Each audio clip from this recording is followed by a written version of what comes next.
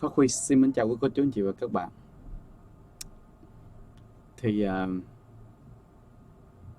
thực sự là phải nói rằng là có rất nhiều thông tin trong thời gian qua. Thì cũng bây giờ là câu chuyện nó bắt đầu đi vào cái gọi là gì? Cái hồi chuông cuối các anh chị. Gọi là cái chuẩn bị bước vào gọi là phần 3 câu chuyện. Thì nó như thế nào mà Phát Huy mới có cái gọi là cái tiêu đề là lấy hết nước mắt các anh, của các chị em cái fan. Em xin đọc ngay cái comment này để và đương nhiên có rất nhiều người cũng sẽ nghĩ là giống như em. Em xin chào anh Đinh Minh ạ. Rồi, có một fan tên là Diễm Kiều các anh chị. Cô ta ghi như thế này nè, thấy mới thấy tội là mình rất bức xúc và mấy hôm nay mình khóc rất nhiều. Mình thương các sư thầy Hoàng Nguyên và Nhất Nguyên và thầy Trùng Dương và các tăng ni Phật tử trong đó. Mình thấy câu chuyện các thầy giống như tích Quan Âm Thị Kính, như cái sự tích Quan Âm Thị Kính đó các anh chị, nghĩa là oan đó các anh chị. Vì kẻ xấu vu oan giá họa, con người ít ai có nhìn nhận từ bên trong đó. Mình thấy các thầy sáng sủa, các ni cô thì dịu dàng, các bé thì lễ phép mà bị miệng đời làm cho mang tiếng nhơ. Mình khóc nhiều lắm các anh chị. Sao các thầy không đi xét nghiệm ADN để không mang tiếng là loạn luôn chứ? Đó, và một cái mà đặt câu hỏi mà cái cô này muốn khóc rất nhiều vì tại sao không hiểu là những người mình yêu mến á, không làm sáng tỏ luôn đi. Đó. Và mình thấy trong các comment của các fan và các anh chị mà yêu mến Tỉnh Thất Bồng Lai, tại sao mà cho tới bây giờ vẫn ủng hộ Tỉnh Thất Bồng Lai như những ngày nào? Thì cái lý do thì Phát Huy có thể chia sẻ với các anh chị trong video tiếp theo. Còn thì hãy nhìn xem thử cái câu chuyện nó dài như thế nào mà khiến các anh chị ở đây lại một lần nữa lại muốn là luôn luôn ủng hộ Tỉnh Thất Bồng Lai. Vì lý do vì sao mình hấp dẫn như vậy các anh chị? Sao nó hấp dẫn như vậy các anh chị? Thì Phát Huy xin tóm lược sơ câu chuyện thử nha các anh chị. Thử các anh chị có coi thử Phát Huy có tóm lược nó sai cái chỗ nào hay là thiếu chỗ nào không, để cho thấy rằng là tại sao có rất nhiều anh chị đang vẫn yêu mến Tỉnh Thất Bồng Lai, hay còn gọi là Thiền Am đó các anh chị. Thôi mình nói là Bồng Lai Viên đi ha các anh chị, Bồng Lai Viên đi cho nó vừa khỏi mất lòng nhau giữa bên Phật giáo, giáo hội Phật giáo cũng như các anh chị đã từng nghe câu này. Rồi thì câu chuyện nó bắt đầu từ theo Phát Huy nghĩ đó, nó bắt đầu từ rất là nhiều các anh chị, rất là nhiều cái thông tin. Thì có người nói rằng là câu chuyện nó bắt đầu từ lâu rồi, từ cái thời mà ở bên Thánh Đức cơ. Nhưng mà thật sự mà nói, cái sự ồn ào từ lúc mà cộng đồng quan tâm tới bây giờ thì rõ ràng là không phải là từ bên Thánh Đức các anh chị, mà nó bắt đầu là từ những cái sự quen biết, từ những cái thông tin nhí nhảnh. Thật sự từ khi Thánh Đức, từ lúc mà cơ sở Thánh Đức ở bên Phạm Văn Hai, Bình Chánh đó các anh chị, bị gọi là gì, đóng cửa, thì cho tới bây giờ người ta với Tỉnh Thất Bồng Lai dường như là chỉ biết năm 2016 thì có thi giọng ca, có Nhất Nguyên, Hoàng Nguyên đi thi tiếng hát bolero, hay là cái tiếng giọng hát The Voice Kids gì đó của Huyền Trân. Thì rõ ràng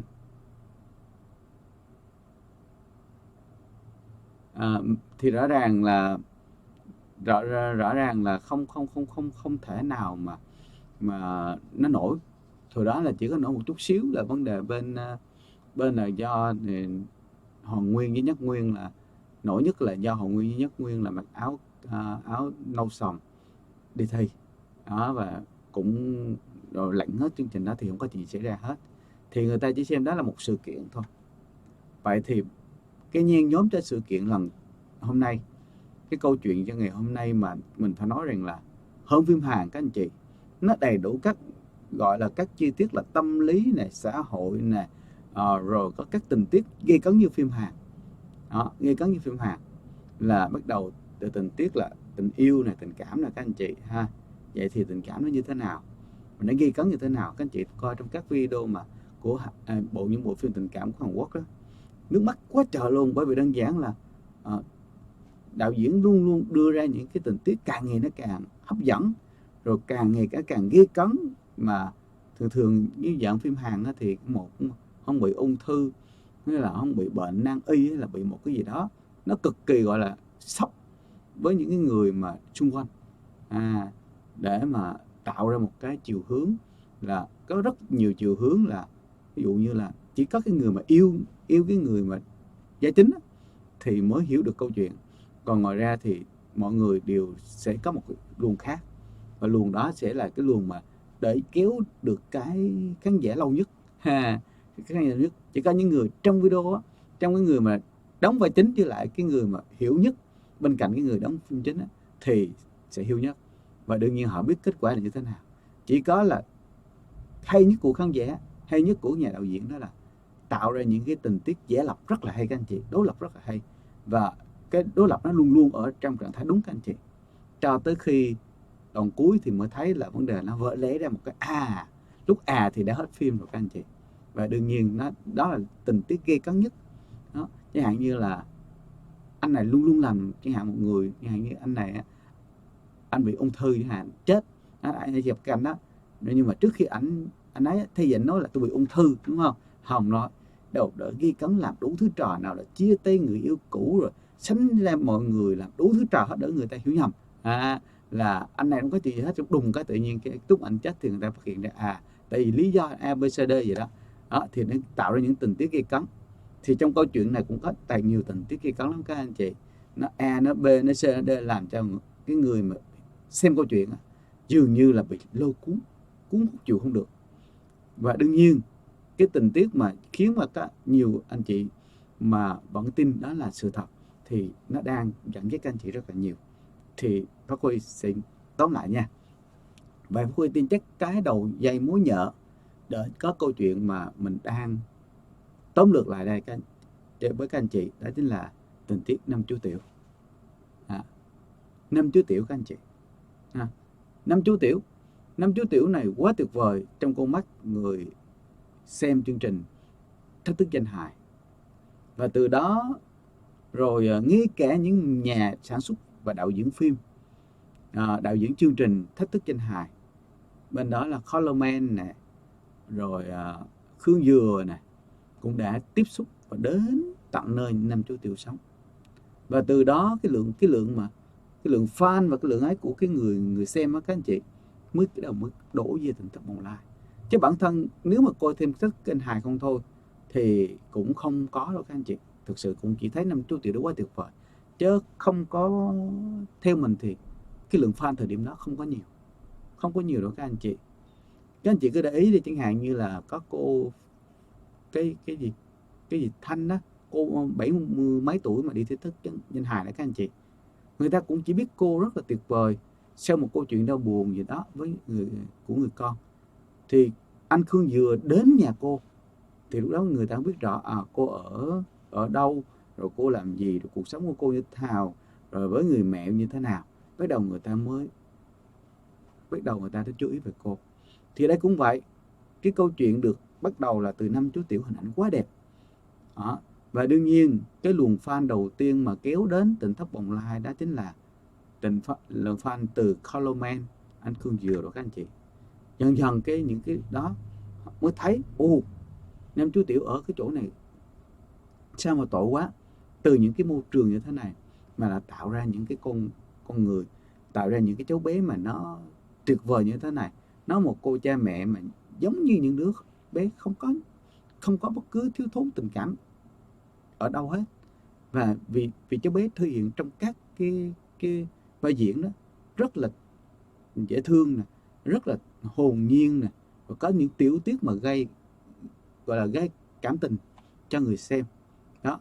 Và điều đó là để đánh động vô tất cả các chúng ta. Và bắt đầu từ đó câu chuyện có tên là Tỉnh Thất Bồng Lai bắt đầu xuất hiện trên công nghệ 4.0. Ở đây với một cái gọi là cái part 1 đây, mình xem gọi là cái part 1 đây các anh chị. Gọi là cái phần 1 là những hình ảnh đẹp thời hoàng kim của Tỉnh Thất Bồng Lai. Có nghĩa là trong đó tất cả chúng ta đều ủng hộ, hầu hết là vậy, không có ai nói gì hết. Tại vì năm chú bé năm chú Tiểu đó rất tuyệt vời, thì không có ai mà mở miệng ra để mà nói. Chỉ có khen lấy khen để, hay là khen đến nỗi mà người ta còn bị cản nữa các anh chị. Mình thấy có một cái video các cháu đi sau khi thi Tứ Kinh Hà rồi, khi mà đi du lịch đó các anh chị, những khán giả yêu mến đó, dại hôn các cháu, mà hôn đến nỗi mà bị la luôn các anh chị đó. Hôn mà bị la thôi không được nữa, đừng hôn nữa đó, thì cản ra thì lúc đó mới buông được đó. Thì đó là cái tình yêu mến đó, lúc đó nó hình như là gần như 100% độc giả, người xem ở trong nước cũng như ngoài nước đều yêu quý các cháu. Vì thế cho nên đã dựng lên một cái tượng đài rất là lớn. Thì tự nhiên trên mạng lại có xuất hiện thêm một đối tượng khác. Đùng một cái đang xem cái hình ảnh các cháu, thì hôm đó lại thấy cái hình ảnh là một nhóm người đến Tỉnh Thất để mà gọi là, người ta gọi là, một bên đó thì gọi là bên phá rối, quấy rối đó. Còn một bên đó thì nói rằng là tôi đi tìm con. Thì có rất nhiều giả thiết đưa ra. Một bên nói là thì hành động mà xông vô ở cho tư gia người ta là hành động không cho phép, và với số lượng nhiều như vậy, người như vậy thì không cho phép, đó là hành động sai trái. Và rất nhiều, ngay cho tới thời điểm bây giờ cũng rất có nhiều anh chị nói tại sao cái vụ mà 50 người xử, 5 người sao chưa xử. Thì cái đó rõ ràng chứng tỏ là cái này ảnh hưởng các anh chị. Còn một bên lấy biện chứng hết rằng nếu mà tôi đi vô quậy phá ăn cắp á, thì mới tôi dẫn đi đàn bà làm chi, tôi dẫn thưa dân hồ tới, chứ còn chi mà tới 50 người mà cũng làm có 50 người đó. Vậy thì đưa ra 50 người chỉ vu oan vậy. Rồi hai bên bắt đầu là, thật sự hai bên thì xong chuyện rồi, công an làm rồi, công an cũng đã có một số thông báo sơ bộ rồi về vấn đề là đánh nhau hay là về vấn đề gây hấn đồ gì các anh chị. Rồi ABCD gì đó đã có thông báo rồi, và đang trong vấn đề điều tra vấn đề là gây thương tích như thế nào đó. Thì rõ ràng, nhưng mà hầu như là hai nhóm người đã xuất hiện lại. Bây giờ là xuất hiện hai nhóm người. Hai nhóm người đó đã làm một câu chuyện là đấu khẩu trên mạng, và khiến cho cái câu chuyện này nó thêm ghê cấn các anh chị. Ở đây là một cái là nó tôi đi tìm con, tôi mất con thì tôi phải đi tìm. Một cái thì bảo rằng là đến nhà người ta là không được, sống với nhà người ta là không được, là vi phạm đó. Và đương nhiên mất tiền mất của, và đương nhiên đã khai báo như vậy đó. Thì rất có nhiều anh chị là một bên ủng hộ vậy là trong vô tư thất người ta là điều vi phạm, gặp bên này bên Mỹ cái là có thể là xử liền đó. Còn một bên nói rằng là nếu mà tôi mà xong vô muốn mà ăn cắp muốn ăn cắp ăn gì cái đó thì tôi phải thuê dân hồ chứ, tôi thuê mấy anh chị tới chứ, tiền tôi có mà, đúng không? Nếu mà nói nhà người ta giàu có thì thôi mẹ dân hồ chơi, kêu đồng bào biết tới làm gì mà ở quay ra rồi toàn là mấy cái gì bà chửi nhau không thôi. Thì nó lại có một như vậy. Xong cái tình tiết này đã thu hút cũng khá nhiều khán giả rồi nha các anh chị, khá nhiều khán giả rồi, thì bỗng dưng câu chuyện nó được xuất hiện, đó là nhân vật mà bị gọi được cho là bị mất tích thì xuất hiện một lần xuất hiện đầu tiên các anh chị, và minh oan nói rằng là không ở chỗ đó, không ở tỉnh thất Bồng Lai. Và đương nhiên chắc chắn cái việc mà những kéo người đến để mà có những hành động gây hấn xô xát trong quá trình đi tìm người thân, thì chắc chắn cơ quan công an đang làm cái chuyện là thu thập bằng chứng ha. Vấn đề là có thật mất tiền hay không, đủ cơ sở để mà tố cáo hay không, rồi trộm đến người là ai, hôm đó dựa vào clip nào để xác định là cái người đánh cái bạn gì Nhị Nguyên hả, Nhị Nguyên đó. Nói chung là ABCD vậy đó, là bắt đầu có, và tưởng chừng rồi bắt đầu là có những cái clip nói về vấn đề nhân vật xuất hiện Diễm My đã làm bình ổn lại, gọi là gì, đưa cái câu chuyện này vào một giai đoạn mới, đó là part 2 các anh chị. Cái part 2 chuyển qua một cái giai đoạn mới, đó là giai đoạn bình yên của Diễm My tại tỉnh thất Bồng Lai. Và bắt đầu mọi người thấy bắt đầu là có sự ủng hộ nhiều từ các cái mạnh thường quân, từ những người yêu mến tỉnh thất, và bồng lai viên ha, đến yêu mến vì thấy chỉ gì nghe nó mất cục đá rồi chỉ thực sự nói đến đập đổ, nhưng mà nhìn nó thì tổn hại thì không thấy bao nhiêu, nhưng mà có những người từ lúc đó muốn các cháu thấy nó được quay lên nhiều quá các anh chị, nên mới thấy là lúc này mới thấy là cái khung cảnh mà ở Bồng Lai Viên đó, nó quá xuống cấp, chỉ là tôn dựng rồi những phòng ốc nó không có cơ bản các anh chị, và u ám u tối đó.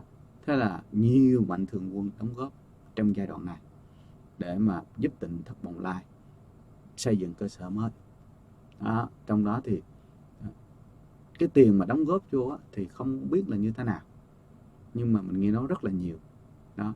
Và đương nhiên nhiều đây chắc chắn là có, bởi vì có một mạnh thường quân ở quận 4, người này chuyên về bán lốp xe đó. Thì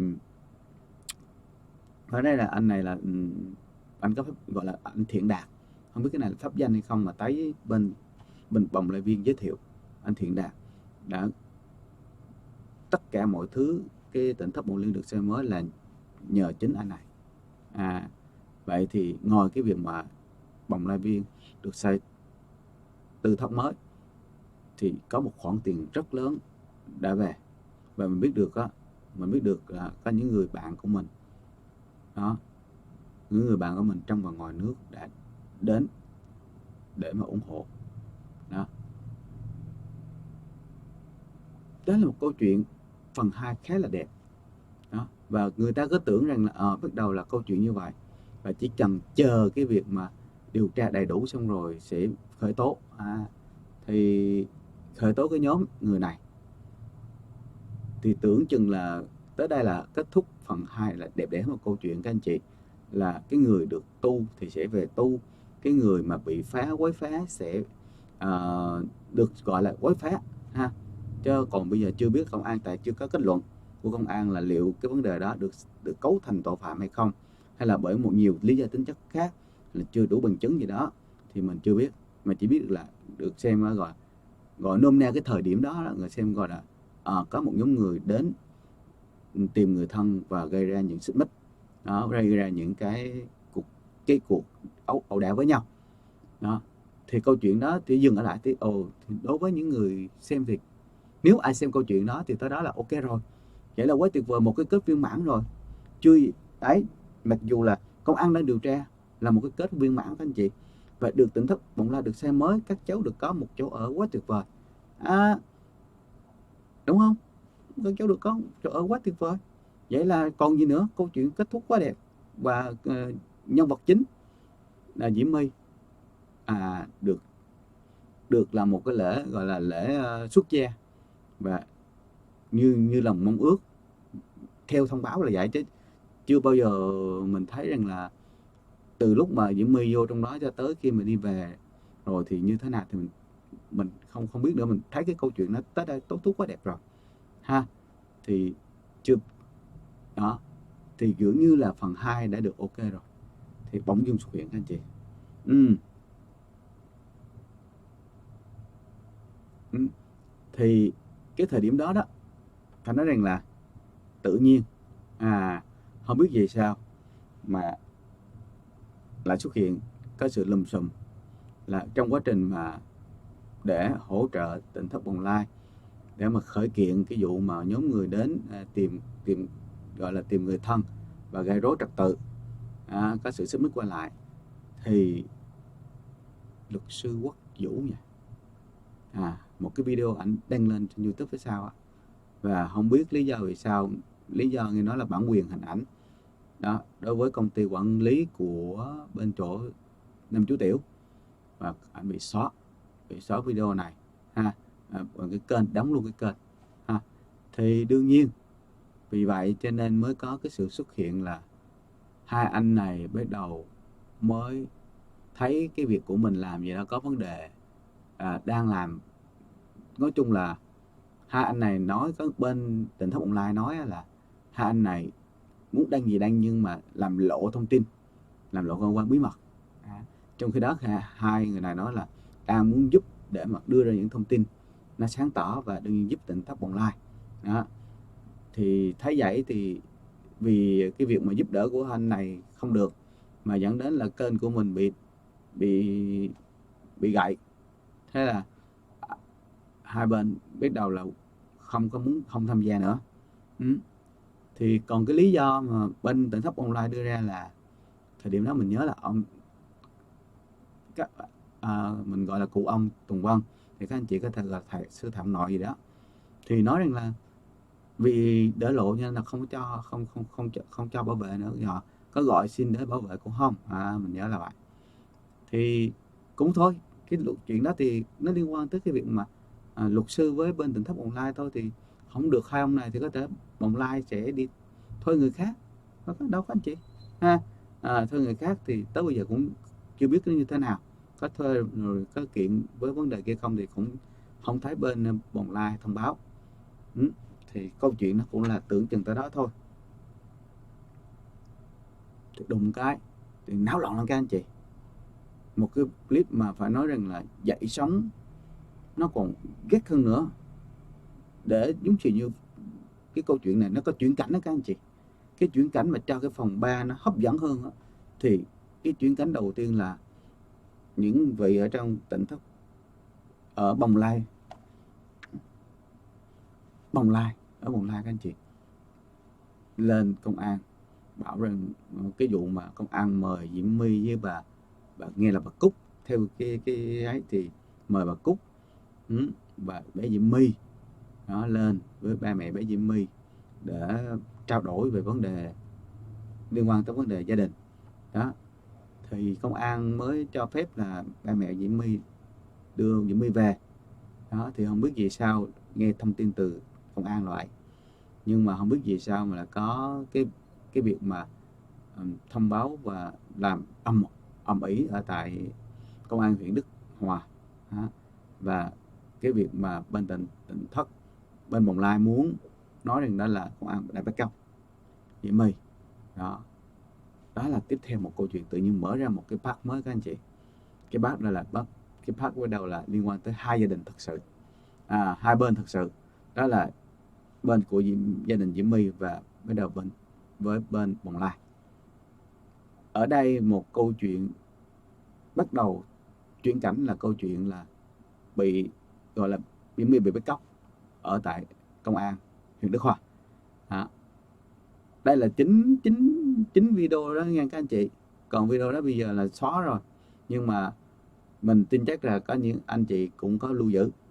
Nếu các anh chị có thể tìm ở trên các cái kênh khác mà Pháp Hương vẫn biết cái kênh đó vẫn còn ha, thì rất là rõ các anh chị, rất là rõ là cái cảnh mà, và đương nhiên các anh chị cũng thấy trên bây giờ cũng vậy, cũng hình ảnh mà thấy cụ Vân nằm trên ghế đá cái lúc mà mà xỉu hay sao đó. Cái lúc xỉu thì có đá đó, rồi cái cảnh mà đứng nói chuyện với công an rồi đầy đủ. Và mình tin rằng là hiện tại công an huyện Đức Hòa vẫn còn cái video quay, tại vì mình thấy trong cái clip đó có công an đứng quay lại, mà bên này cũng quay bên kia cũng quay, rồi nghe ẩu đả là sao các anh quay được mà tôi không quay được mất gì đó. Nói chung là câu chuyện rất là dài, mình không nhớ nhiều, mình chỉ nhớ cái chi tiết đó. Vậy mình tin chắc chắn hình ảnh này mặc dù đã xóa ở trên kênh của ở trên YouTube của Năm Chú Tiểu đó, nhưng mà chắc chắn cái video này vẫn có nằm ở trong công an huyện Đức Hòa các anh chị, vì đó là bằng chứng mà họ quay đã, chắc chắn công an không qua chơi được, họ quay để làm bằng chứng đó, thì mình nghĩ là có. Nếu anh chị có muốn thì có thể liên hệ với công an huyện Đức Hòa ha. Rồi thì là như vậy, bắt đầu một cái phần mới mà cái phần này cực kỳ hấp dẫn các anh chị. Cho nên là cái người mà đầu tiên những fan đầu tiên yêu mến Năm Chú Tiểu thì lúc này là thấy là dừng lên như là một ý chí chung, đó là bộ phim đã chuyển qua bước 3. Phần 3 ghi cấn là ý sức cô thân cô thế, uy gì gọi là gì, uy hiếp cái chỗ mà người cô thân cô thế, cái người mà chỉ biết là đi tu hành và nuôi dưỡng các cháu đó. Bắt đầu một luồng tư tưởng nó phát xuất, và chắc chắn thời điểm này cực kỳ mạnh các anh chị, mạnh khủng khiếp luôn đó. Cho nên là cái việc mà tiếp theo những cái video đó nó sẽ phục vụ cho cái tư tưởng này các anh chị. Cái nhà đạo diễn đây hết cực kỳ nắm bắt được cái luồng đó, thế là bắt đầu mới tung lên một clip là bây giờ miễn backup rồi thì chắc chắn người nhà của ông Thắng sẽ đến. Mặc dù là chắc mình không nghĩ là cái cô Cúc gì đó, không, chẳng lẽ là không thấy gia đình Diễm My ở trong đó thì mình thấy bị nghi đó. Nhưng mà thôi, cái đó mình chuyện của cơ quan. Nhưng mà bây giờ là ở đây nói là chắc chắn là ông Thắng mà bây giờ đi tìm Diễm My mà không có là chắc chắn 100% là sẽ đến sát hại đó. Thế là phải tạo ra một cái tình tiết là phải đi trốn thôi. Với cái sức yếu như thế này, những con người chỉ có biết là đời sống tu hành và nuôi trẻ thì chỉ biết đi trốn thôi, chứ không có làm. Phương án trốn là phương án tuyệt vời nhất. Thế là cộng đồng mạng dấy lên một cái cục mạnh, cái tư tưởng lúc này các anh chị khủng khiếp quá luôn. Và đương nhiên cái câu chuyện nó quá hấp dẫn các anh chị, nó lôi cuốn cộng đồng mạng vô đến nỗi mình cũng bị lôi cuốn vô theo các anh chị. Không hiểu vì sao mà tại sao mà một cái tỉnh thất như vậy, một cái vòng lai, một cái chỗ mà cũng có rất nhiều người ở, mà sao sự nguy hiểm hồi giờ không thấy họ nói, mà sao hôm nay chỉ có cái vụ mà công an nếu mà họ có clip nói là Diễm My bắt cóc thì tại công an mà thì tự nhiên làm cái vụ mà gia đình Diễm My dám tới, đúng không? Mà mình lo sợ một cách khủng hoảng luôn các anh chị. Mình nhìn thấy ai cũng nhìn ai cũng khủng hoảng đó. Thế là nhìn thấy rất là tội đó. Và đương nhiên cộng đồng mạng sẽ dấy lên một cái là gọi là náo ruột. Tự nhiên có một thế lực nào đó rất mạnh, người giàu có đi sẽ truy tìm những người hiền lành như thế này để mà sát hại, vì cái việc mà họ giao lưu Diễm My đi lên đồn công an. Và đương nhiên clip tiếp theo, câu chuyện tiếp theo là bị trốn đâu thể trốn vô được trụ sở công an đó các anh chị, nên phải trốn vào một chỗ nào cực kỳ bí mật, chỉ có người trong tỉnh thất biết thôi, chứ không ai biết được luôn. Chỉ có người ở đó biết là chỗ đó một chỗ ngôi nhà hoang cực luôn các anh chị. Và theo diễn tả người trong video quay á, nói ngôi nhà hoang cực luôn các anh chị, bỏ lâu năm rồi. Nhưng mà từ đó chưa biết nha các anh chị, chỉ biết là theo như video đưa lên, đoạn clip ngắn nó là như vậy. Và đương nhiên trong ngôi nhà đó sẽ có 5 hình ảnh của chú Tiểu đó, quá tuyệt vời. Vì thế cho nên là cộng đồng mạng bắt đầu lao vô, bắt đầu là dường như là quay hẳn sang qua 180 độ, chỉ mũi vô bên gia đình Diễm My. Đó, cái này phải nói, tình tiết này phải nói là tuyệt vời còn hơn phim Hàn đó các anh chị. Phim Hàn đó là người ta chỉ tập trung cho một nhân vật chính thôi, họ không có chỉ ở đâu hết đó, nhưng mà họ có lúc cái người xem thì cảm thấy rất tức cái thằng này sao không chịu nói ra đó. Ví dụ như trong phim Hàn các anh chị sẽ thấy nè, bị như vậy sao không chịu nói ra để mà người thân người ấy ủng hộ, tại sao ABCD vậy đó không nói mà cứ im lặng đó làm, thì cái này là khác các anh chị. Ở đây là cái nhân vật chính nói ra thiệt to, nó trốn chỗ bí luôn mà cũng phải công bố lên cả mấy triệu người xem đó, mà nói chỗ nào không ai biết hết. Cho nên là cộng đồng mạng đẩy qua hoàn toàn hết, đổ lên nhà ông Thắng hết các anh chị, gia đình nhà ông Thắng.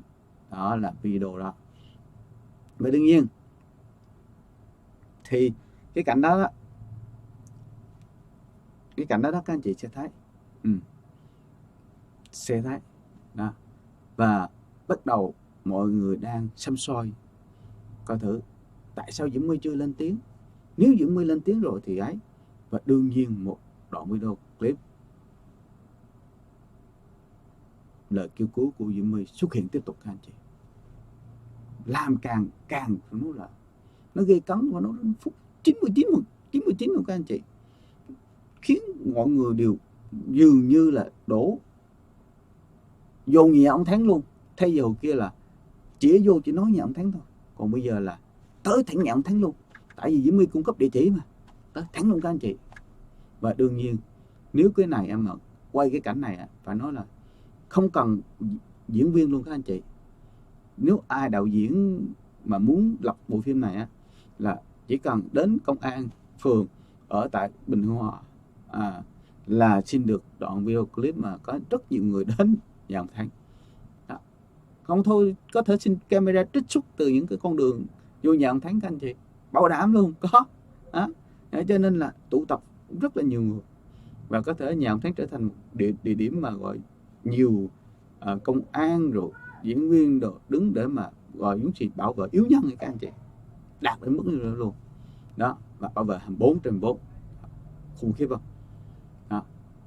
Thì câu chuyện đó dường như là ai cũng nghĩ là lúc thời điểm này là nhà ông Thắng ghê gớm lắm.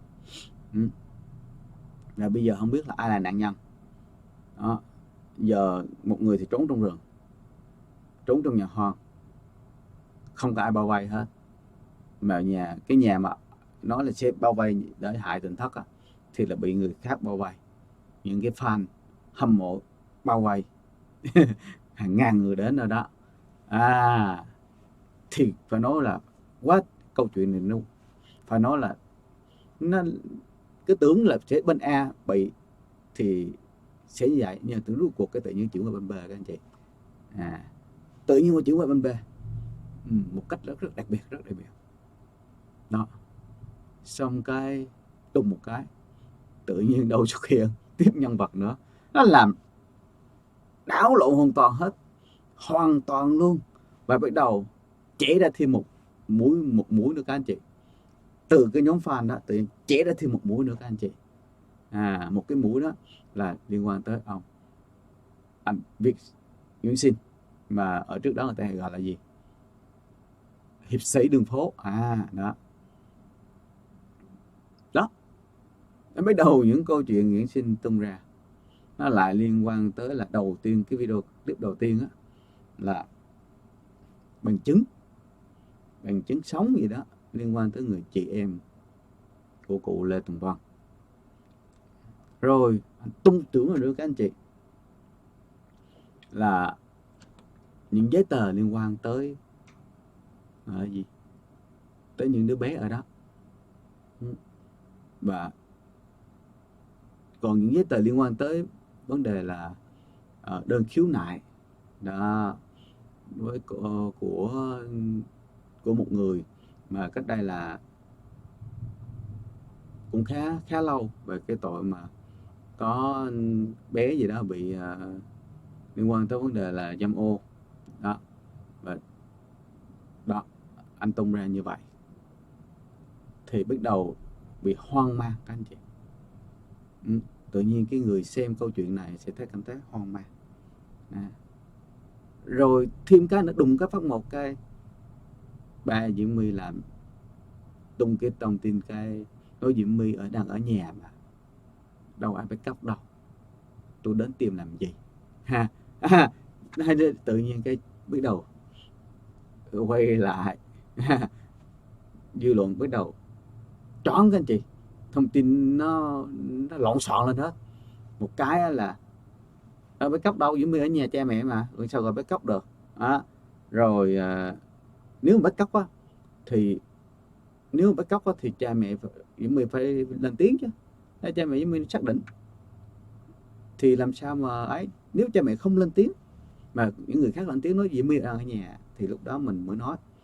Còn bây giờ cha mẹ nói không lên tiếng, không lên, cha mẹ Diễm My lên tiếng con tôi đang ở nhà mà, đúng không? Tự nhiên cái nó dịu xuống. Rồi trong liên quan đó là xác thực trước khi mà ba Diễm My nói vậy thì lại có nhiều bắt đầu là hiệp sĩ vô cũng gì đó, tại vì tung cái chuyện bắt cóc rồi mà liên quan tới an ninh xã hội trật tự mà, cho nên rất nhiều hiệp sĩ vô đó. Thì có hiệp sĩ Hải nè, rồi có xin vô, xin cũng là hiệp sĩ đường phố mà, cho nên xin nhảy vô và đưa ra những thông tin không phải, mà thay vì điều tra bên này thì tự nhiên là có những cái thông tin kia đó, lại thêm một câu chuyện mới mà nó dẫn dắt cái người xem. Phải nói là nó gây cấn mà hồi hộp từng phút các anh chị, cứ ngóng, cứ ngày nào cũng lên ngóng ba ông đó, lên ngày nào Pháp Huy cũng lên coi trên Năm Chú Tiểu coi thử là đã như thế nào về sau khi biết được là cha mẹ Diễm My nói như vậy. Rồi lên coi anh Hải thử là ông sao rồi, chưa thấy ông có lúc thì ở Bình Thất Bồng Lai, cái lúc thì ông nói ông ở nhà Diễm My lên xác thực rồi bị lừa gì đó, rốt cuộc cái bị người khác lừa. Rồi cái gì đó sau này ảnh lên lại gặp cha mẹ Diễm My, cũng có video clip nữa.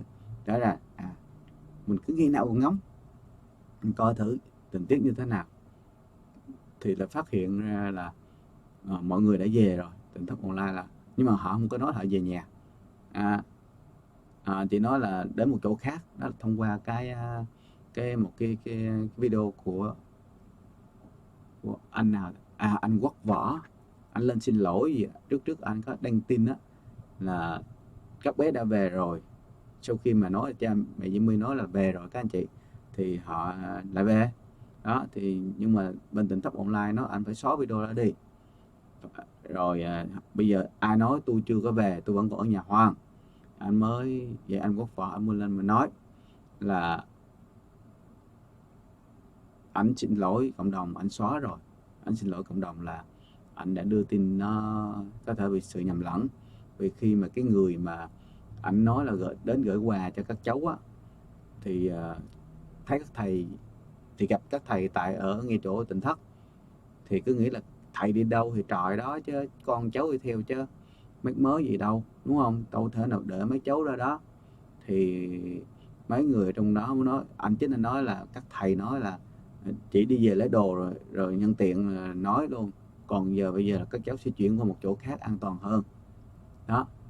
Thì trong cái video mà kêu cứu của bên Bồng Lai thì mình thấy là đã ở nhà mới rồi các anh chị. Cái nhà đó là không phải là ở chỗ khác an toàn hơn, mà cái nhà đó chính là cái nhà mới bây giờ các anh chị đó. Thì thấy đã về nhà nói rồi, đứng đầy đủ hết các cô các chú đây, các nữ các nam đầy đủ luôn các anh chị. Lúc mà video kêu cứu các anh chị để ý đi, là nam nữ đều có hết đó, ở trong ngôi nhà mới đó, ở ngôi nhà được mới ở xây tại Bồng Lai. Thì thời điểm đó thì làm sao hỏi nam nữ có hết thì làm sao các bé không ở đó các anh chị, mà nói các bé đi ở chỗ khác thì người ta hơi bị căng. Nhưng mà thôi thì cứ theo câu chuyện mình kể, chứ mình không có cách mà lan man.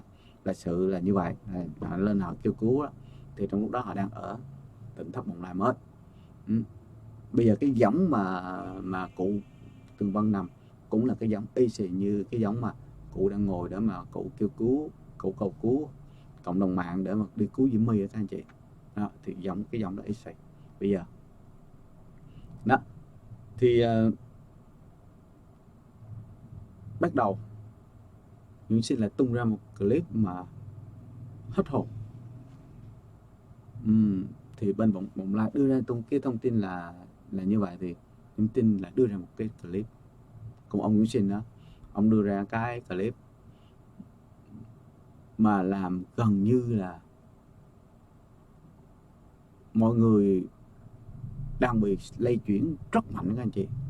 Có những anh chị đang có niềm tin mãnh liệt là những con người cô thế yếu thế đang bị dụ dập bởi những cái người mà có tiền bạc, như hạn như gia đình ông Thắng đó. Thì đùng một phát Nguyễn Sinh đưa ra những chứng cứ cho thấy là những người mà cho là cô thế yếu thế là đã từng đầu tư bất động sản khủng khiếp và đã từng mất một số tiền mấy tỷ bạc, có thể họ còn giàu hơn cả những cái mạnh thường quân. Mà cái mất tiền là có thiệt các anh chị. Nếu các anh chị có thể coi là trên báo Thanh Tra nè, rồi báo Nhân dân, báo Công an thành phố nè, là có 2 bài viết nói là cái người làm đơn để mà nói là bên công ty OTC Mart chiếm đoạt tài sản lên tới 6 tỷ 350 triệu đó. Thì đó là cái hình mà trong hình mình thấy đó chính là cụ Tùng Vân đó. Thì biết các cô nhầm hay không thì các anh chị có thể lên đó xem định lại có thể người có giống cụ hay không hay là khác, nhưng mà đọc cái tên mà thấy đưa lên thì cũng có Lê Tùng rồi chấm cái chữ V đó, còn cái mặt thì giống. Không biết là các anh chị có biết là không biết nó như thế nào. Thì theo thông tin là vậy. Rồi Nguyễn Sinh đưa ra cái thông tin là bị lừa gần 7 tỷ. Thì mình thấy lại thêm câu chuyện mới nữa các anh chị.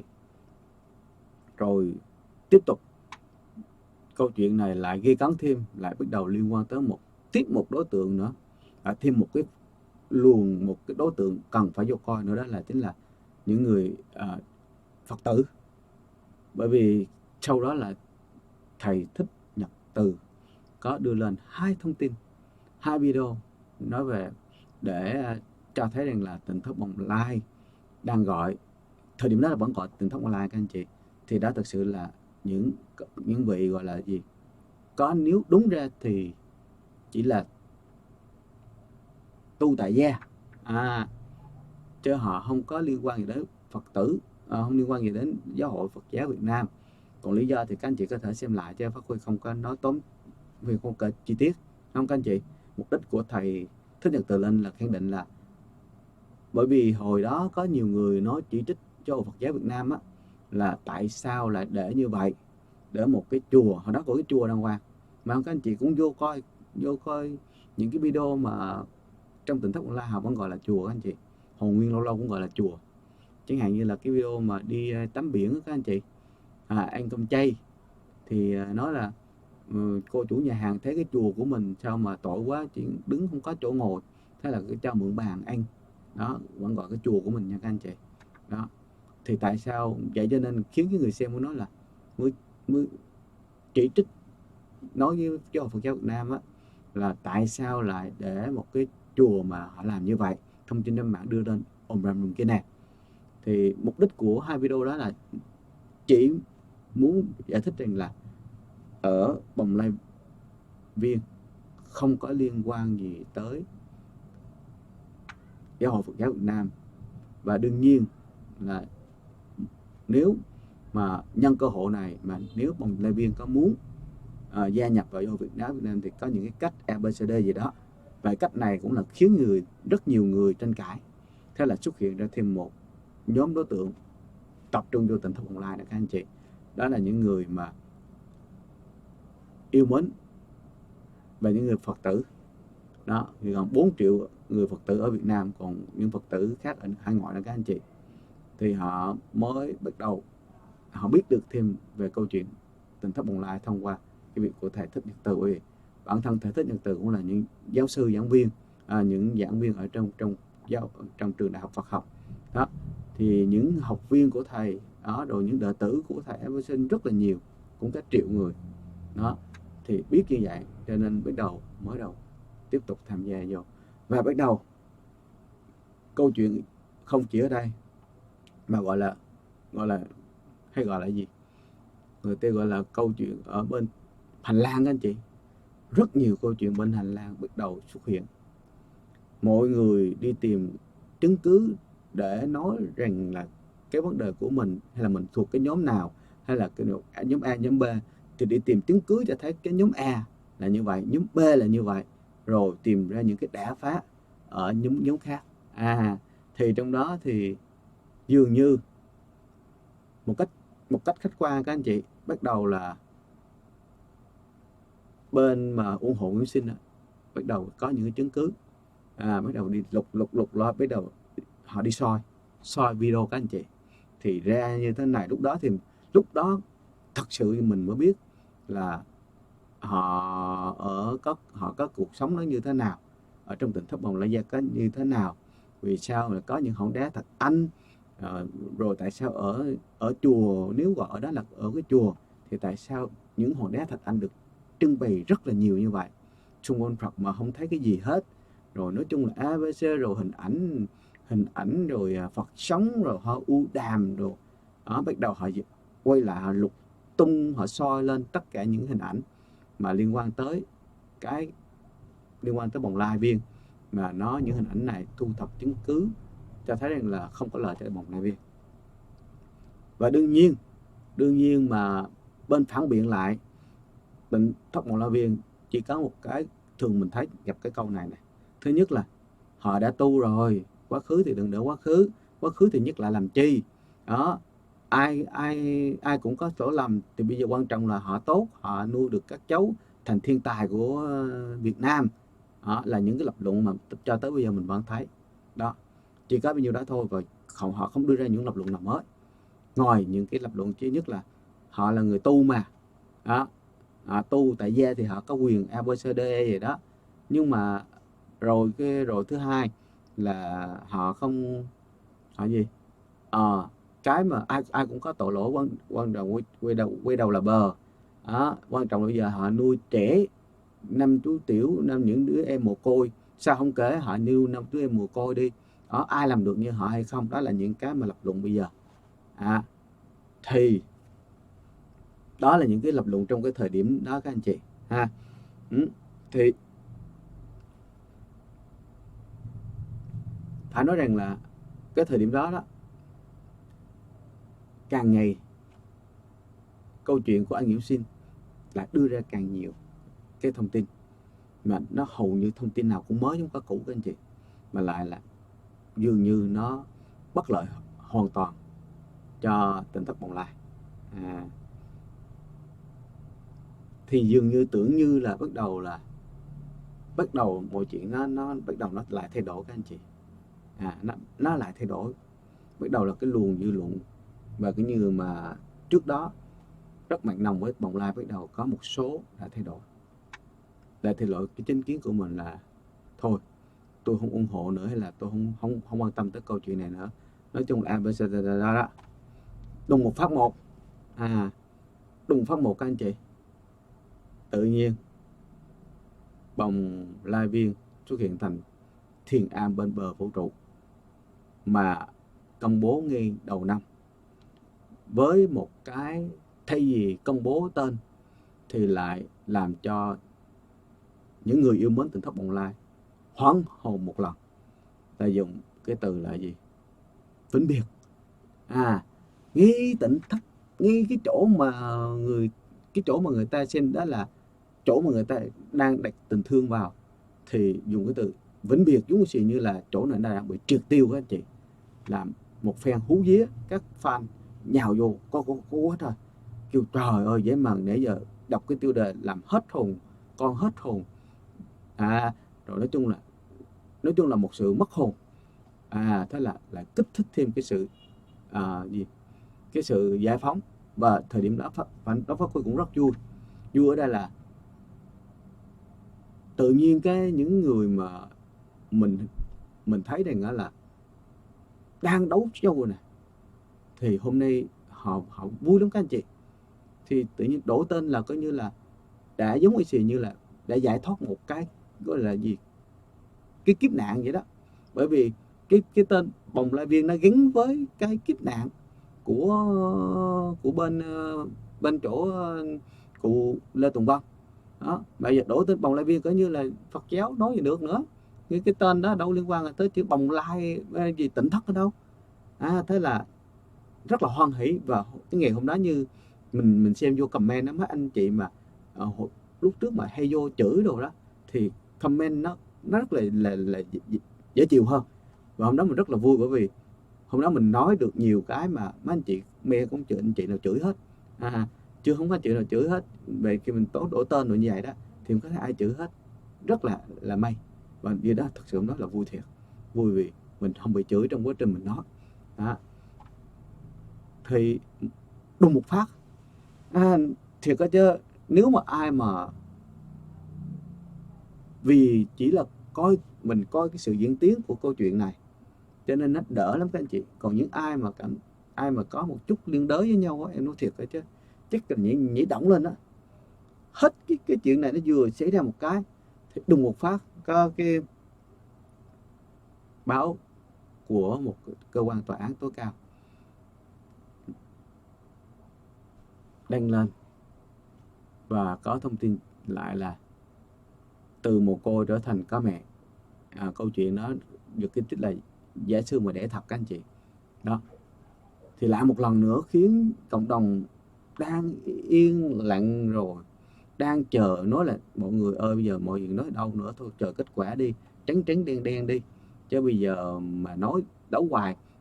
Ông nội sinh là ông cá nhân, ông nó đưa thông tin này lên đâu có được, cho nên thông tin này chưa chắc là đúng, chứ chắc là giả thôi mình hoãn chiến đi, từ từ chờ cơ quan điều tra xong rồi tính.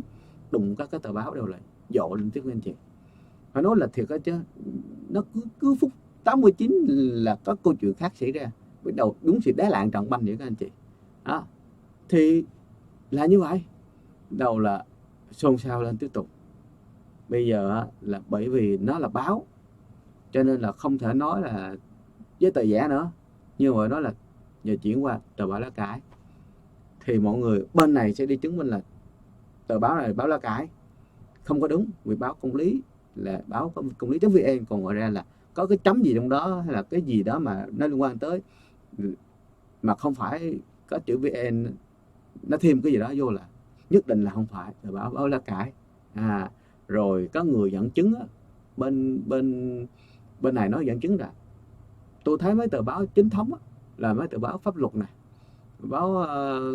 báo Tuổi Trẻ này, báo Thanh Niên này là đã tờ báo chính thống. Còn cái báo này họ giờ không biết, giờ biết gọi nó không phải chính thống đó, nhưng mà họ không biết tới nào là chính thống đó. Thì bây giờ mới có một cuộc dừng lên tiếp tục là đi tìm đó là báo chính thống hay không chính thống. Thì cũng có rất nhiều người cho rằng đó là báo chính thống, bởi vì họ nhìn họ biết. Chẳng hạn như là nó xuất phát từ cái gốc ở đâu, thì luật sư Quốc Vũ cũng đã khẳng định và hỏi, và không chỉ khẳng định mà còn nói về cái giá trị của cái bài báo này nó cao ngất ngưỡng nếu mà đăng trên cái trang báo này. Cũng cái bài báo đó mà nếu đem pháp luật về tính hai cái tính mà giá trị thì chắc chắn đăng trên cái báo này sẽ khủng khiếp hơn nhiều. Vì báo pháp luật, báo ngành dọc mà ngành thấp các anh chị, thấp hơn từ 3 ông bậc trong khi đó báo kia báo ngành ngang. Thì nó xuất hiện một câu chuyện là đấu nhau vấn đề thông tin báo này báo có lá cải đáng tin không. Thì ngay cả mà những người mà đang ủng hộ Tỉnh Thất Bồng Lai cũng đi tìm, thì cái anh Quốc Vũ mình cũng thấy đó, là anh vẫn nói là cái trang báo này lên là công lý.government gov.vn đó. Thì từ cái trang công lý này nó ra nó sẽ có trang công lý.vn ha các anh chị đó. Vậy thì rồi bắt đầu từ cũng cái trang này nó có cái trang là công lý xã hội.net.vn đó. Vậy mà nếu mà các anh chị khẳng định đó là tờ báo của tòa án công lý.vn, vậy chữ trang báo công lý.government.vn nó là cái gì các anh chị thì anh muốn nói vậy, anh muốn nói là nó xuất thân từ cái chữ government, là cái cụm từ đó không thể mua được các anh chị ha, nó thuộc cơ quan chính phủ, chữ government đó cho nên là nó xuất phát từ đó nữa thì thôi không biết nói gì. Rồi trong cái cũng chính mình cũng đi tìm Thì mình thấy là trong cái báo công lý.vn, chứ mình không có search ở trên cái trang công lý government.vn các anh chị. Đó, như government org ta. Thì mình chỉ search ở trên cái trang mà các anh chị nói là cái trang đó là trang chính, thì nó lại có đường link tới cái trang mà công lý xã hội.net.vn. Vậy một cái trang chính mà link tới một cái trang mà báo lá cải thì không thể chứng minh được điều đó các anh chị. Thế là chắc chắn nó là phải là trang chính đó. Xong rồi cái sự việc trang chính nó dừng lại. Bây giờ công việc đây là bây giờ đa số chắc chắn nhiều người nói rằng đây là trang chính rồi, trang của một tờ báo thanh tra là cái thứ nhất. Cái thứ hai, tờ báo của tòa án là cái thứ nhất. Cái thứ hai là trang này là trang chính, bởi vì nó không thể giả được, thông tin đưa lên không thể nào là thông tin giả. Vậy thế là người ta biết là câu chuyện của anh Nguyễn Sinh này đã đúng 50 rồi. Thì đùng một phát lại có tự nhiên có người lớn hết người lớn, xong tự nhiên câu chuyện này tự nhiên có thêm tự nhiên có một anh nhỏ lên nói về cái sai của thầy Thích Nhật Từ. Và đương nhiên chính kiến của anh là anh đang bảo vệ Tỉnh Thất Bồng Lai, hay gọi là thiên an vũ trụ các anh chị. Thì lại là dấy lên một làn sóng nữa các anh chị, lại là kéo thêm những người fan ủng hộ của anh này đến. Vì anh này cũng là fan, anh này cũng là một trong những mà bé đi thi bé đi thi thách thức danh hài, cho nên anh cũng đã có cái lượng fan rồi, lượng fan hùng hậu rồi. Thế là khi mà ảnh lên để làm clip này thì rất nhiều người, thứ nhất là biết ảnh từ ban thách thức danh hài chuyển qua, thứ hai là ảnh đang bảo vệ bằng cách là lấy những cái câu chuyện, lấy những phân tích, những hành động mà dựa trên một cái lý thuyết, mà phải nói rằng là cái lý thuyết của sư ông này là trong giáo hội Phật giáo là nỡ. Và đương nhiên họ nói là cái giới có nhiều chưa chắc nhiều tăng sĩ lãnh hội nổi đâu, huống hồ chỉ là Phật tử đó. Thì rất nhiều nói vậy các anh chị. Thì vô tình cái bé này là lôi tiếp lôi tiếp vô sư dẫn luận từ những bài viết của sư ông này, để mà phản biện lại những cái việc mà của một tăng lữ, đó là thầy Thích Nhật Từ. Là thêm thêm một cái cộng đồng mạng lại dội lên nữa một chuyện nữa các anh chị. Cái chuyện này nó hơi bị căng, bởi vì nó là liên quan tới tôn giáo, rồi nó liên quan tới yếu tố là trẻ em đó. Và đương nhiên nếu mà có yếu tố trẻ em thì bắt đầu sẽ có dư luận từ nước ngoài các anh chị. Vì nước ngoài, nhất là bên YouTube, họ đang coi cái vấn đề trẻ em là một vấn đề mà quyết chí nhất trong năm 2020 này. Họ ra những cái đạo luật mà các anh chị, đạo luật cho trong kênh YouTube, trong cái dịch vụ YouTube mà các anh chị không thể nào thấy là tự nhiên nó khó. Những người mà đang làm YouTube kiếm tiền là nhưng thấy là gọi là gì, rồi cặp đất rồi ăn rồi đó. Nhất là những anh chị nào mà đang làm các chủ đề về thiếu nhi, chẳng hạn như hoạt hình nè, rồi những câu chuyện nè, những bài hát thiếu nhi rồi đó. Nói chung là dường như cảm thấy là cặp đất mà ăn thôi, bởi vì khắt khe lắm các anh chị. Họ tuyệt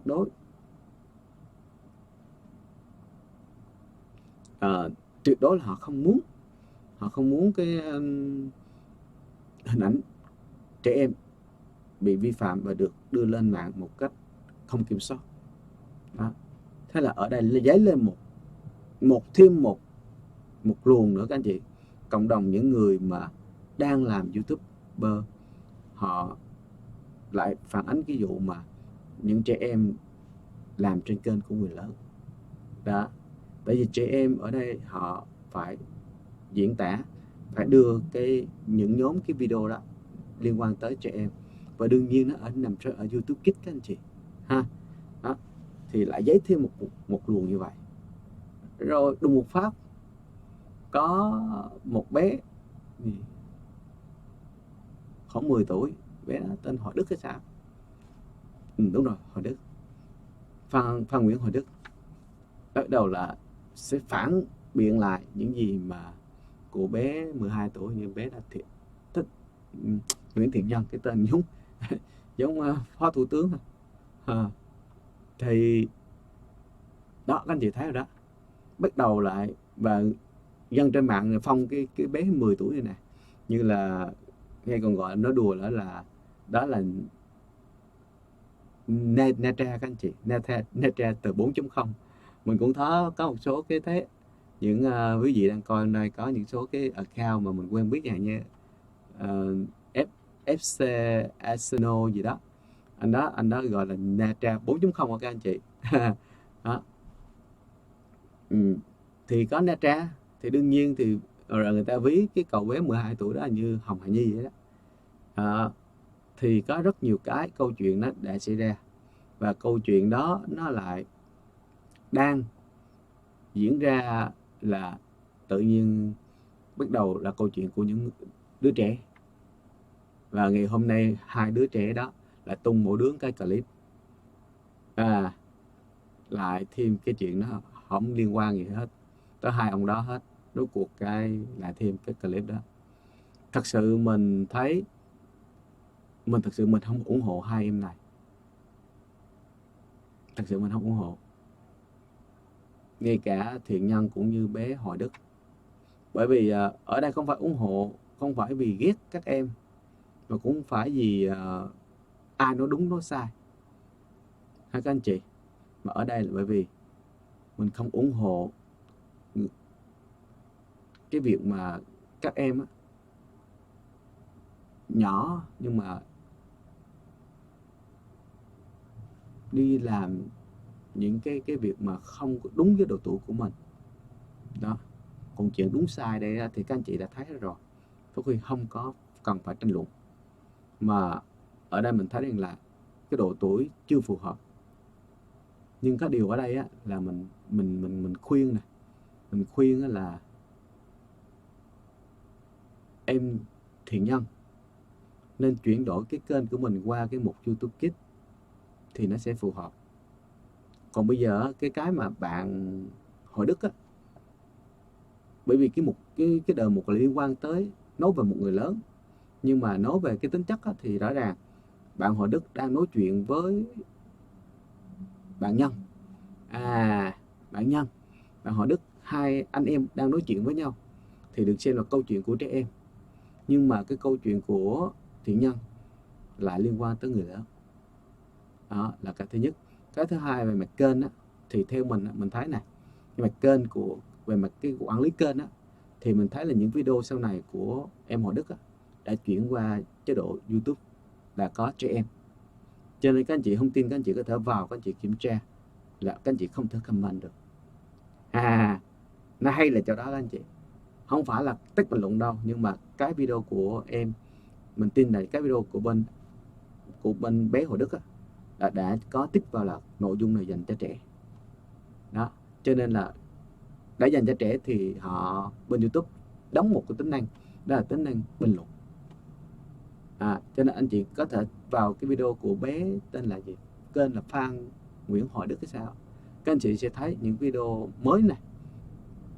Hai video kia mình chưa có kiểm tra, nhưng video mới này các anh chị có thể nhìn vào đó, các anh chị thêm tích vào đó là thấy cái dấu tích đó, là các anh chị không thể comment được. Anh chị muốn khen cũng được, muốn chê cũng được, nhưng ngược lại bên kênh của bé Thiện Nhân thì không thấy. Nếu mà không có cái đó, có comment, mà đã có comment có nghĩa là kênh dành cho người lớn các anh chị. Một cái kênh em bé mà kêu dành cho người lớn, đó là sai về mặt YouTube là rất nguy hiểm. Nếu mà YouTube quét ra được mà thấy nội dung mình không thực hiện tại vì thông tin các anh chị có thể post lên nó để là kênh này có dành cho trẻ em không. Nếu anh chị em mà làm YouTube thì em sẽ biết điều đó Cái thứ hai là nội dung này có bị hạn chế độ tuổi 18 tuổi hay không, có nghĩa là 18 tuổi, dưới 18 tuổi có được xem hay không. Đó, nó có hai cái tip đó lưu ý các anh chị. Nhưng nếu mà kênh Thiện Nhân để như vậy thì rõ ràng chứng tỏ là bảo đảm phải tích vô cái chỗ là nội dung này không có trẻ em, không dành cho trẻ em, nhưng mà xuất hiện em bé 12 tuổi không, đó là mà YouTube nó quét ra được là tiêu kênh đó ha. Mình nhân cái này mình sẽ khuyên từ nhân nên chuyển qua để cho đúng hợp lý, chứ không là đây là có thể là xem như là một cái gọi là không tuân thủ luật của YouTube ha các anh chị. Rồi đó, thì bây giờ câu chuyện của Bồng Lai thì nó dừng lại ở đây, nó đang bắt đầu là dừng lại ở đây. Và theo bên lề thì có thấy cái video cuối cùng của Nguyễn Sinh đăng trên kênh Nguyễn Sinh Official thì có nghe nói là đây là dư luận bên ngoài, một thông tin chưa kiểm chứng, thông tin không chính thống là đúng nhất đó. Thì sẽ có xuất hiện cái việc xét nghiệm ADN nè, nhưng là xét nghiệm tự nguyện hay xét nghiệm gì đó, rồi có thông tin là 4 tỷ nếu đi xét nghiệm được gì đó, hay có thông tin là sẽ bị cưỡng chế để mà coi thử nó như thế nào. Thì cái đó là cũng đang chờ, tất cả đang chờ, nhưng mà câu chuyện nó đang dừng lại là đấu khẩu rồi đấu khẩu trên mạng 4 chấm của một bên là Hồng Hà Nhi, một bên là Neta. Đó, cư dân mạng phong nghe, chứ em không có phong các anh chị. Không tin các anh chị lên coi trong các video của em chưa bao giờ đề cập tới vấn đề Hồng Hà Nhi với Neta các anh chị ha. Thì em chỉ coi ở đó những người cư dân họ đặt phong như vậy. Thì câu chuyện lại dừng ở đây đó. Thì rõ ràng giờ quay lại mới đúng chủ đề này các anh chị. Hồi nãy giờ là mình đang tóm lược cho nên các anh chị đề này đọc lời giới thiệu kênh của bạn, mình không hiểu kênh bạn nói gì thấy rồi cái chuyện đó mình không biết ha. Thì bây giờ mình muốn nói là nãy giờ mình đang tóm tắt cái câu chuyện vì sao mà khiến lấy nhiều nước mắt như vậy. Thì trong đây là rõ ràng các anh chị thấy đó, có một cái comment của một cái bạn tên là tên mới đọc tên nhưng quên tên mất tiêu rồi. Bạn tên là Diễm Kiều đó, là khóc sức mướt má nghiệm này, sao mà thấy tội cho các thầy quá đó. Và lời khuyên của bạn Diễm Kiều là sao các thầy không đi minh oan đi để đi xác minh ADN đi là xong khỏi mang tiếng, như vậy nó sẽ là cho bà con yên tâm đó. Đó là một cái account tên là Diễm Kiều ghi như vậy các anh chị ha. Rồi thì và vì sao mà nó tốn rất nhiều cái tình tiết, bởi vì nhìn này giờ hơi cỡ đó, câu chuyện luôn bị thay đổi và khiến cái người tham gia vô câu chuyện này để nghe ngóng càng ngày càng tăng, vì có nhiều cái fan kéo về. Đầu tiên như Phát Huy kể đó, là đầu tiên cái fan đầu tiên về cái câu chuyện về The Fly này là có thể kéo về từ anh Khương Dừa và Coleman hay các anh chị, với hình ảnh cái năm chú Tiểu.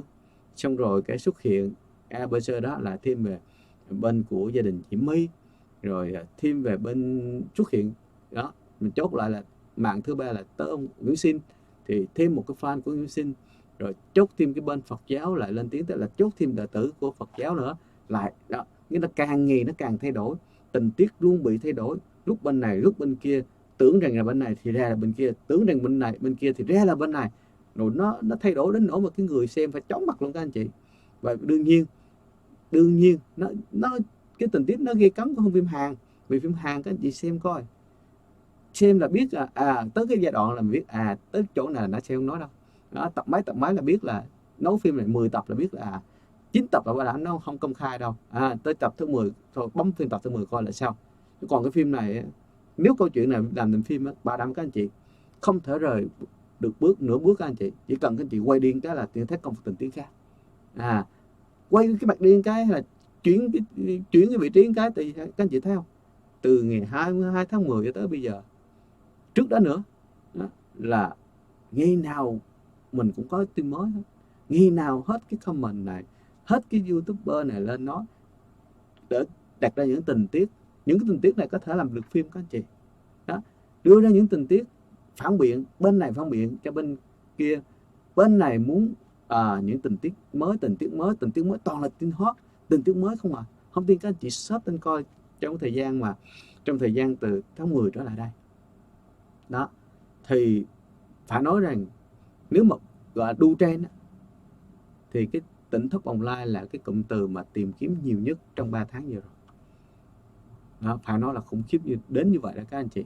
Vậy thì làm sao mà không tốn nhiều nước mắt của các chị em được. Những người mà luôn luôn xem rằng là Tỉnh Thất Bồng Lai là người bế cổ thấp họng, không có quyền lực, yếu thế cô thân, mà là đang làm chuyện phúc đức là nuôi các bé ờ, nuôi các bé ăn học rất là giỏi, hiền, và đương nhiên là nuôi các bé này bé mồ côi.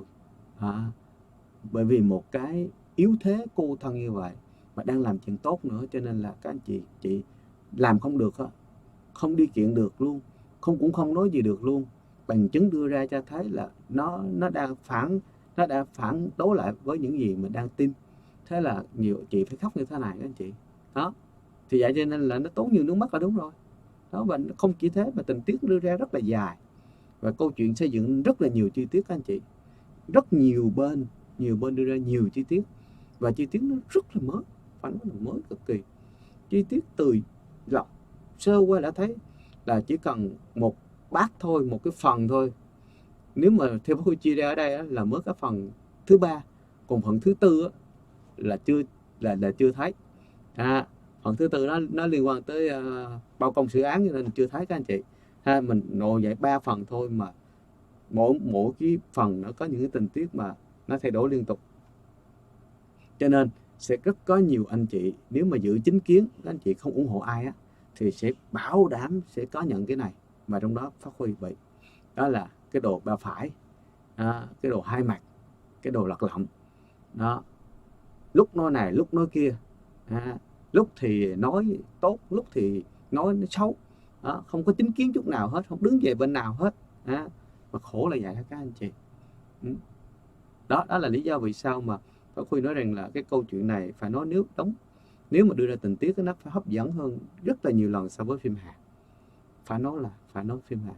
Và đương nhiên và những ai mà vẫn còn cái tư tưởng là chỗ Bồng Lai là chỗ yếu thế cô thân nghèo khổ, người chỉ đang sống tu hành ngon lành, bới móc chi chuyện cũ, mà người ta dạy các cháu vậy là giỏi quá tuyệt vời rồi, thì chắc chắn sẽ mất nhiều nước mắt lắm các anh chị, đau khổ lắm. Vì thấy người ta như vậy mà không giúp được, kiện thì kiện cũng không được, biết kiện ai, mà nói thì nói dựa đâu phải có bằng chứng đó, nói đâu là phải có bằng chứng đó chứ đâu có thể nào vu khống được. Còn bóc quát thì lên chửi ra đá miệng người xuống. Mà bây giờ cũng thấy ít chửi rồi, chứ cái thời điểm mà cái lúc mà chỗ đi trốn trong rừng ở các anh chị, phải nói ai mà đụng tới một cái phải chửi phải nói xói đầu luôn các anh chị. Đó thì cũng có rất nhiều người đã từng tâm sự đó, nhất là luật sư Quốc Vũ đó các anh chị. Quốc Vũ đó, luật sư đó bị xóa kênh rồi bị ấy tùm lum đó, rồi bị ném đá méo ơi luôn đó, nguyên một cục luôn, ôm về mà xây cả mấy căn biệt thự với bộ đó. Thì rõ ràng thì những người mà đang bị như vậy thì chắc chắn sẽ mất nhiều nước mắt lắm, đau khổ lắm đó. Cho nên là Phát Huy cũng chia sẻ với các anh chị với chủ đề về câu chuyện này. Thì thông qua cái câu chuyện này thì Phát Huy cũng đang tóm lược các anh chị những cái diễn biến.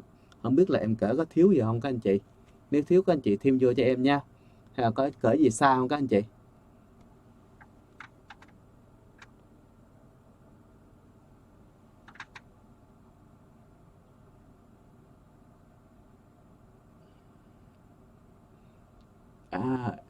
Nãy giờ em lo em kể chuyện nhiều quá mà, tại câu chuyện mà 3 tháng mà giờ gom lại kể trong vòng tiếng đồng hồ nó sao hết chị.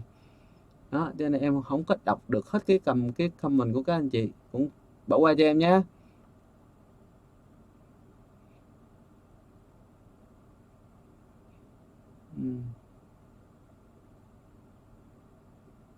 Ca gì đây?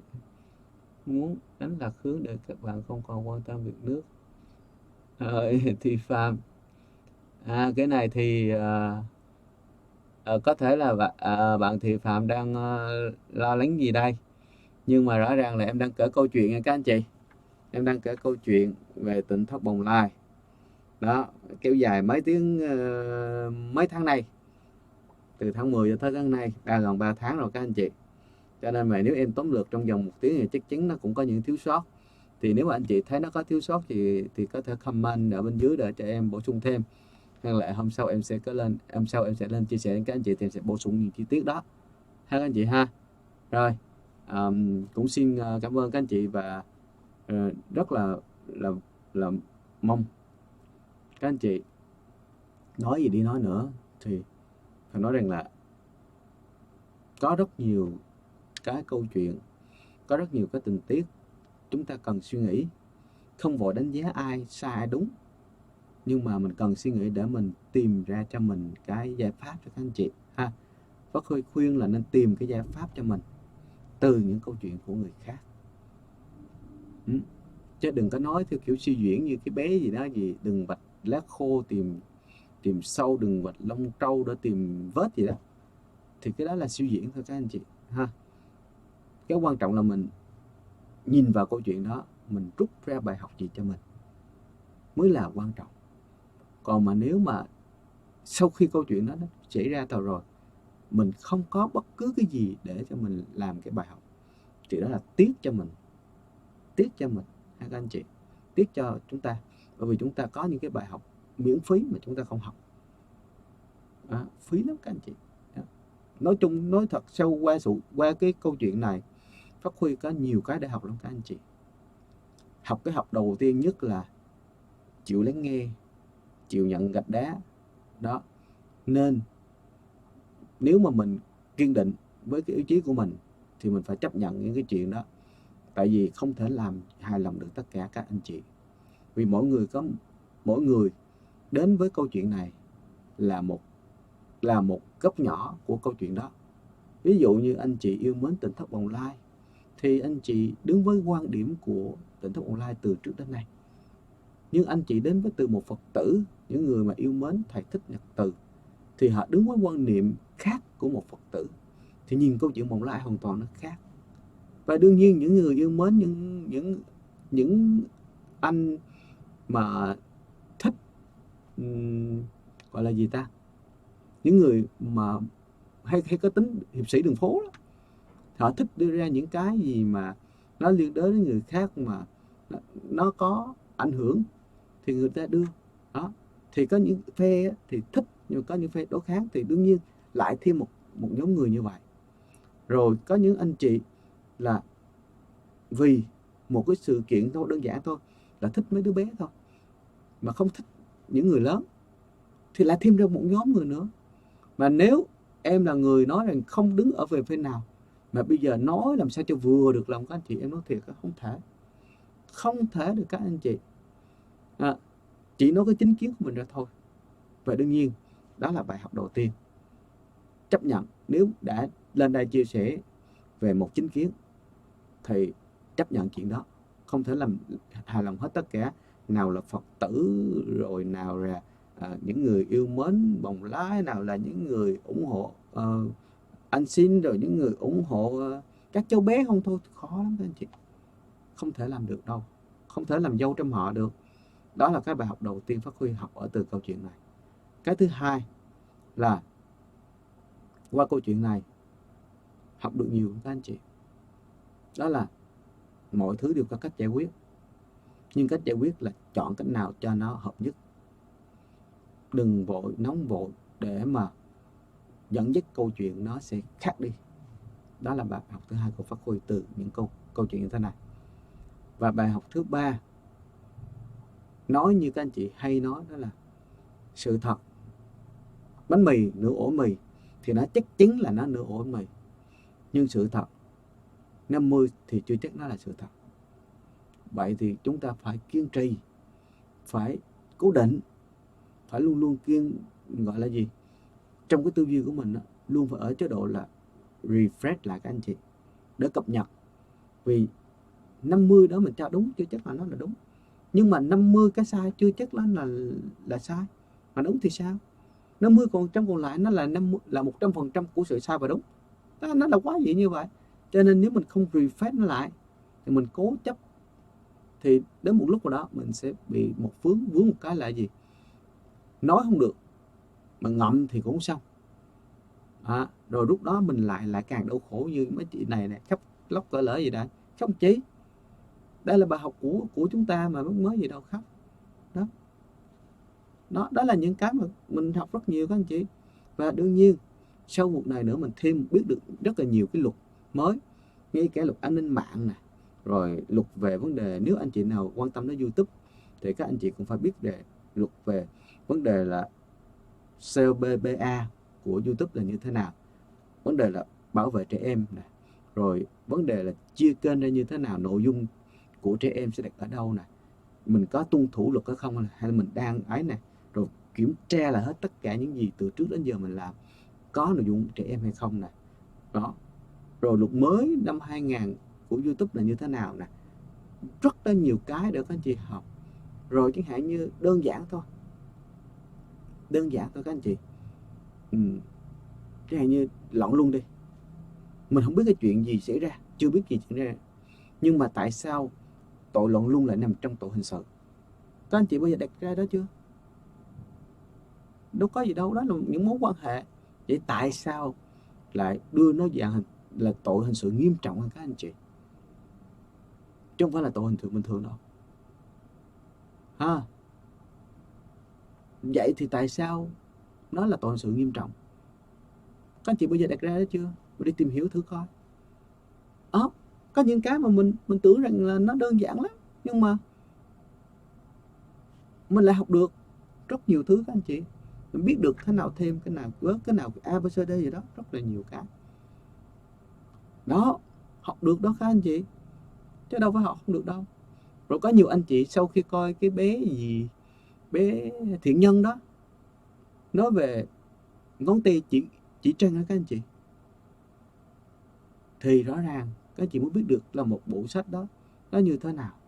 Và các anh chị biết được một sư ông mà phải nói là trong làng Phật giáo kính nể đó lại có một bộ sách nó như thế này, và bộ sách đó là của nhà thơ Phụng vậy đó.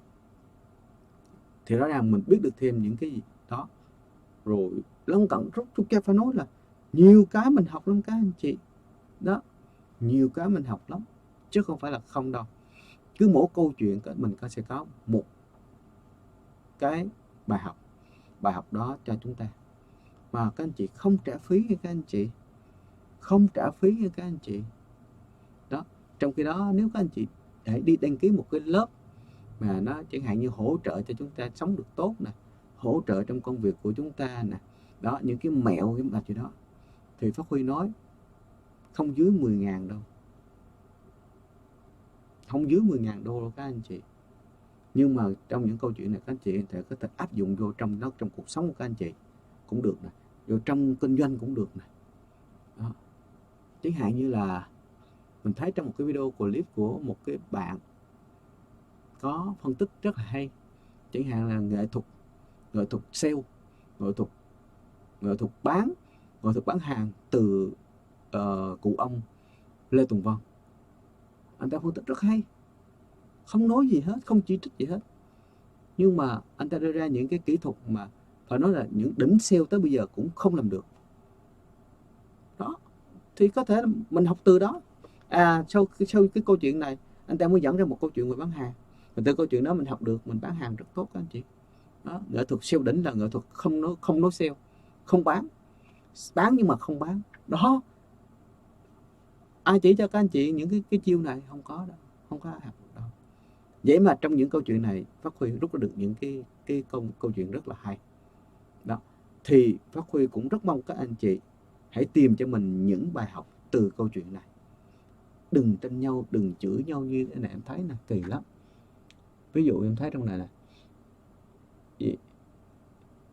tùm lum hết, trời ơi đọc chán quá. Nói lớn tí, anh sao thằng Nguyễn Xuyên không đưa bể Diễm My ra cộng đồng gì đó. Tìm chi những cái đó các anh chị. Theo em thì cứ nhìn vào câu chuyện như nãy giờ em nói đó, rút ra được bài học cho mình, khỏe ru, vừa không tốn tiền, vừa khỏi phải nhức đầu, đúng không? Vừa khỏi phải nhức đầu, vừa khỏi phải tranh luận ai đúng ai sai. Vì ai đúng ai sai ở đây á chỉ là một cái vấn đề về xã hội, và vấn đề đó nó sẽ hệ lụy rất là lớn. Và đương nhiên cơ quan ban ngành họ đã nhìn thấy một cái sự kiện lớn như thế này, một cái trend lớn như thế này mà cơ quan ban hành không nhìn thấy là điều vô lý. Nhưng vấn đề là thời gian như thế nào để cho nó phù hợp. thời gian như thế nào để cho họ có đủ bằng chứng.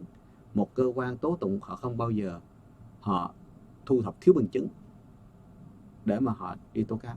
Cho nên đó là lý do vì sao mà chúng ta đừng vội các anh chị ha, đừng vội thì mọi thứ nó cũng sẽ có đó. Thì trong tranh thủ thời gian này nè, mình tìm những cái gì cần học thì học đó. Như Pháp Huy mới đưa ra là 4-5 cái Pháp Huy đã học rồi đó, rất nhiều. Pháp Huy nói không dưới 10 bài học, không dưới 10 bài học cho chúng ta ở tất cả mọi đối tượng.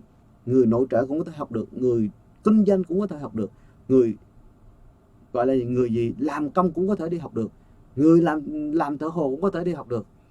Chẳng hạn như cái anh thợ hồ gì đó mình nghe nói làm YouTube đó, bài học cho từ ảnh đó, làm YouTube mà thiếu kiến thức mà cứ làm tùm lum lên hết, rốt cuộc bây giờ phải đi xin lỗi đó, chứ cho khổ vậy. Trong khi đó thay vì đó, những cái mà anh chia sẻ ngại như là anh đi xây như thế nào nè, nhà như thế nào xây cần tốt như thế nào, loại cấp 4, cấp 3 gì đó, xây chia sẻ đúng chuyên ngành của anh thì đâu có chuyện gì xảy ra đâu đó. Rất nhiều đối tượng cần học được trong này, rất nhiều bài học đó. Sale trùm của trùm là học được luôn, bán hàng online học được luôn. Trong này em nói thiệt, không dưới 10 bài học cho các anh chị học. Và không có lý do gì chúng ta phải cắm đầu vô chửi mà vô đây cũng học, đúng không các anh chị?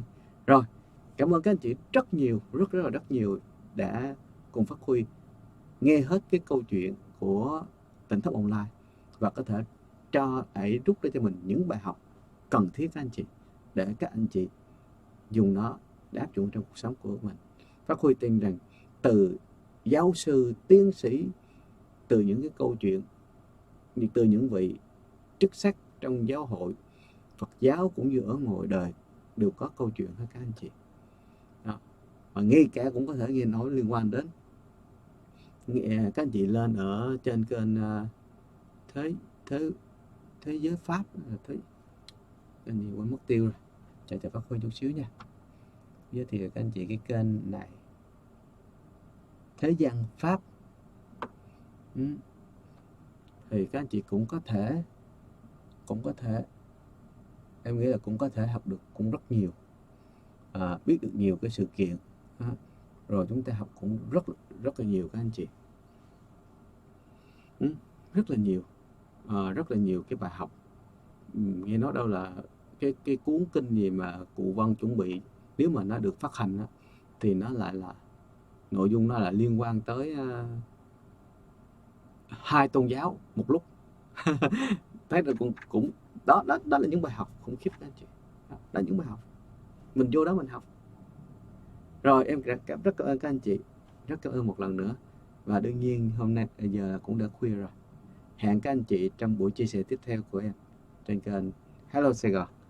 Xin chúc các anh chị một buổi tối ngon giấc, và không những anh chị ở khác múi giờ thì có một ngày an lành.